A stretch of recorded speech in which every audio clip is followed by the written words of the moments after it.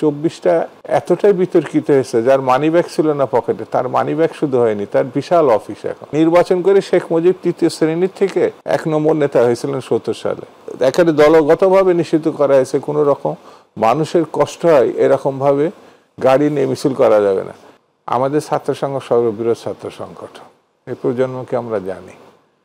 আমরা জানি বলেই 90 সালে গণঅভ্যুত্থানের পরে, এটাও আমাদের নেত্রী, দেশ নেত্রী বেগম খালেদা জিয়ার নেতৃত্বে ডাকসু আমাদের ছিল, ছাত্রদল আমাদের ছিল।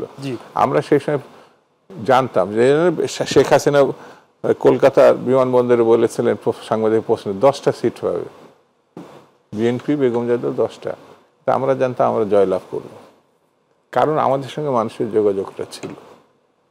ঠিক তেমনি এই দেশে কেয়ারটেকার আন্দোলনটা করছে শেখ হাসিনা, কিন্তু আইনটা করেছে বেগম খালেদা জিয়া, যেটা 15 ফেব্রুয়ারি নির্বাচনে পার্লামেন্ট গঠিত হয়েছে। সব থেকে এখনো পর্যন্ত আওয়ামী লীগ সেই নির্বাচন পার্লামেন্ট মানে না, তাদের বুদ্ধিজীবীরা মানে না, কিন্তু সেই পার্লামেন্টে যে আইন পাশ হয়েছিল সেটাও তারা মানে, এবং ওই মানার মধ্যে দিয়ে তারা 25 না 21 বছর পরে ক্ষমতায় আসছিল।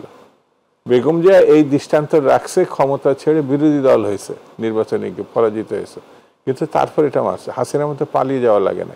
সে তো আজকে যারা নির্বাচনের বিরোধিতা করছে, আমি মনে করি যে কোনো জাতির গণঅভ্যুত্থান পরবর্তীতে একটা অংশ নয় নেতৃত্ব হিসেবে জাতির ক্ষেত্রে বিবেচিত হয়। 69 হয়েছে, 90 হয়েছে।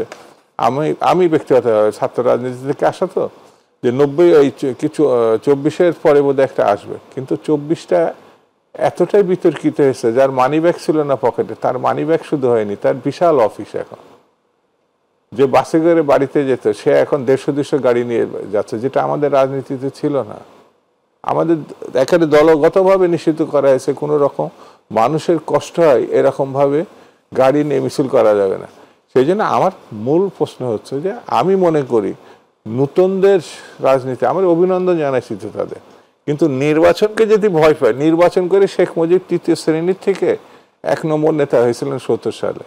আর মৌলানা ভাসানী বলছিলেন ভোটের আগে ভাত চাই, পিছনে পড়ে গেছিলেন। সেই সময় মৌলানা ভাসানী 1 নম্বরে ছিলেন। আজকেও এনসিপিকে আমি বলবো, তারা তরুণ, তাদেরকে চ্যালেঞ্জ নিতে হবে। যেন গণঅভ্যুত্থানে চ্যালেঞ্জ নিয়েছিল, এটা হচ্ছে গণঅভ্যুত্থান, এটা নির্বাচন। আমি তৈরি না বলেই, মানে যে কথাবার্তা এখন বলছে, সেটি আমার মনে হয় তারা আরো পিছিয়ে যাবে। সেই জন্যে এখন যত তাড়াতাড়ি সম্ভব, এই যে আমাদের শহীদ ভাইকে ধন্যবাদ দিই, সরকার ভালো কাজ করতে হলে পারে, এই জন্য সংবিধান হয় না। উনি তো একেবারে স্পষ্ট করে দুটো আইন দেখালো, কালা কানুন বাতিল করুক। কিন্তু আমাদের আইনমন্ত্রী কিভাবে, ওই যে স্বরাষ্ট্রমন্ত্রীটা আমি ধন্যবাদ দিই যে উনি মনের কথাটা মনে রাখে নাই, 5 বছর জনগণ চাই এই কথাটা বলে ফেলছে, আমি তাকে ধন্যবাদ দিই। এটাই সরকারের কথা।